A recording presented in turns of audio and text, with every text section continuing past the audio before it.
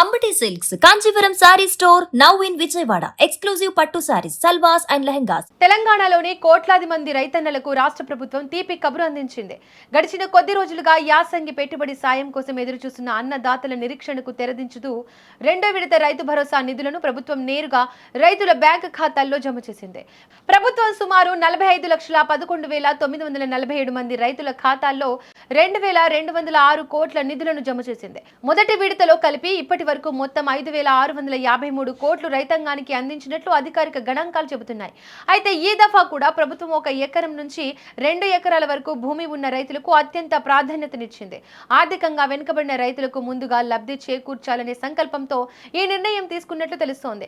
ప్రస్తుతం లబ్ధిదారుల ఖాతాల్లో ఎకరానికి 6,000 చొప్పున జమ అవుతున్నాయి.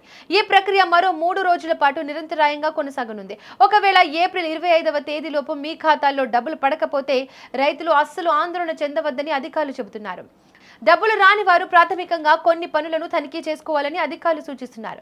మొదట మీ బ్యాంక్ ఖాతాకు ఆధార్ కార్డు అనుసంధానమే ఉందో లేదో సరిచూసుకోవాలి. అలాగే బ్యాంక్ కేవైసీ యాక్టివ్ గా ఉండడం తప్పనిసరి. సాంకేతిక కారణాల వల్ల నగదు ఆగిపోయే ప్రమాదం ఉన్నందున ధరణి పోర్టల్లో మీ పాస్బుక్ వివరాలు సక్రమంగా నమోదయ్యాయో లేదో చెక్ చేసుకోవాలి. ఒకవేళ అంతా సవ్యంగా ఉన్నా నిధులు జమ కాకుంటే వెంటనే మీ పరిధిలోని స్థానిక వ్యవసాయ విస్తరణ అధికారిని అంటే ఏఈఓ లేదా మండల వ్యవసాయ అధికారిని కలిసి ఫిర్యాదు చేయవచ్చు. ముఖ్యంగా కొత్తగా పాస్బుక్ పొందిన రైతులు సకాలంలో రైతు భరోసా కోసం దరఖాస్తు చేసుకోవడం మర్చిపోవద్దు. ప్రభుత్వం ప్రవేశపెట్టిన ఫార్మర్ రిజిస్ట్రీలో పేరు నమోదు చేసుకోవడం ఇప్పుడు తప్పనిసరి. ఇందులో పేరు లేకపోతే ప్రభుత్వ పథకాల లబ్ధి నిలిచిపోయే అవకాశం ఉంది. అందుకే రైతు సోదరులు తమ పేర్లు రిజిస్టర్ అయ్యేలా చూసుకోవాలి. సాంకేతిక సమస్యల వల్ల ఇప్పుడు నిధులు అందని వారికి సమస్య పరిష్కారం అయ్యాక వచ్చే విడతలో కలిపి నిధులు ఇచ్చేలా అధికారులు హామీ ఇస్తున్నారు. మరో వారంలో 3వ విడత నిధులు కూడా విడుదలయ్యే అవకాశం ఉన్నందున అర్హులైన ప్రతి రైతుకు ఈ సాయం అందుతుందని ప్రభుత్వం స్పష్టం చేసింది.